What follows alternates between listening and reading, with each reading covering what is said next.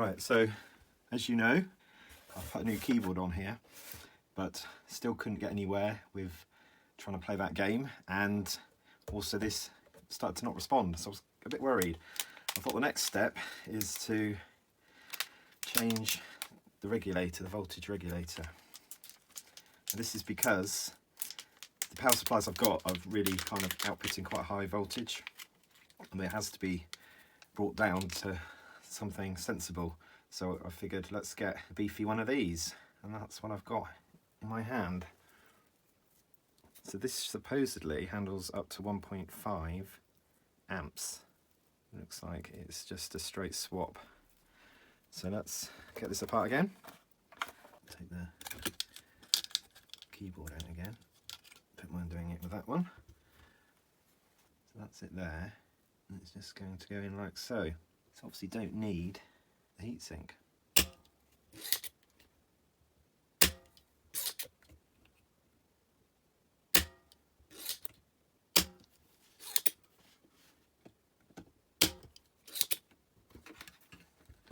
Gosh. Finally out. Bent that capacitor back. I'm just looking at the leeway. Let's get it back together. Turn off this soldering iron.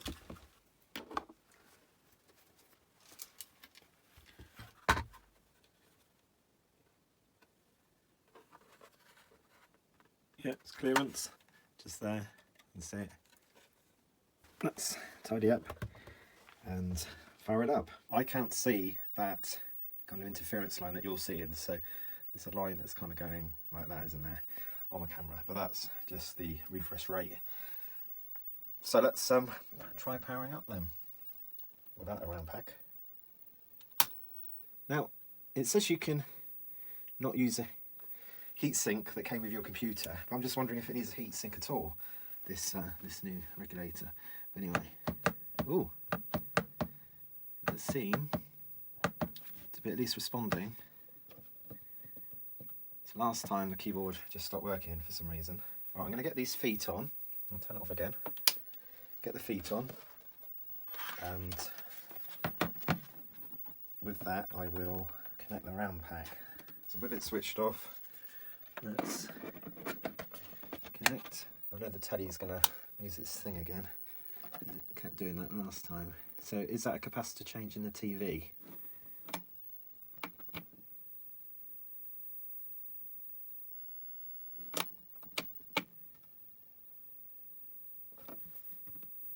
I was hoping for a little bit more stability. Got colour out of it then.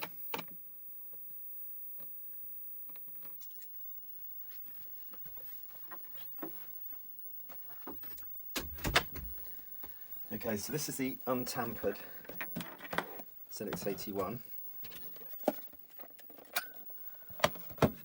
You know the video on this one, it's quite poor, but it looks stable. New.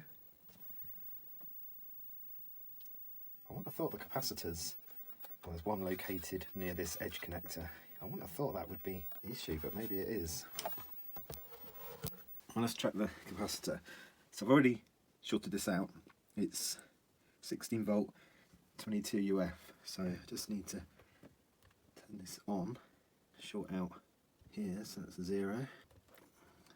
Good for cap with a low ESR, 25 volts, 16 volts, so it's 0.021, 16 volts, 22 UF, 3.6 is worse, so it's, yeah, it's way within its good values, so that's fine. I doubt it's anything else up here. I'm going to show you the inside of it and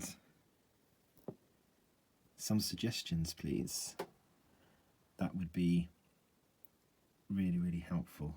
Why is it dicky with the rampack? Seems to be okay, 1K computer, but as soon as I put this rampack on, it doesn't like it. And I've obviously changed this over here, so I was hoping the voltages would be more stable and there'd be enough to supply the rampack. Obviously got my new keyboard in there, but what else could it be? What else could be stopping this from playing ball, so to speak. I am hoping it's not an issue with the chips back of the board here. I think some of that solder there shouldn't even be there.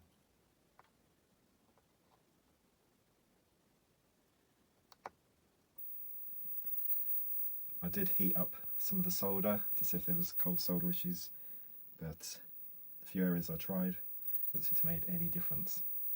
Please like this video and leave me some comments, and that'd be really helpful because that'll hopefully allow me to carry on and get to the bottom of this.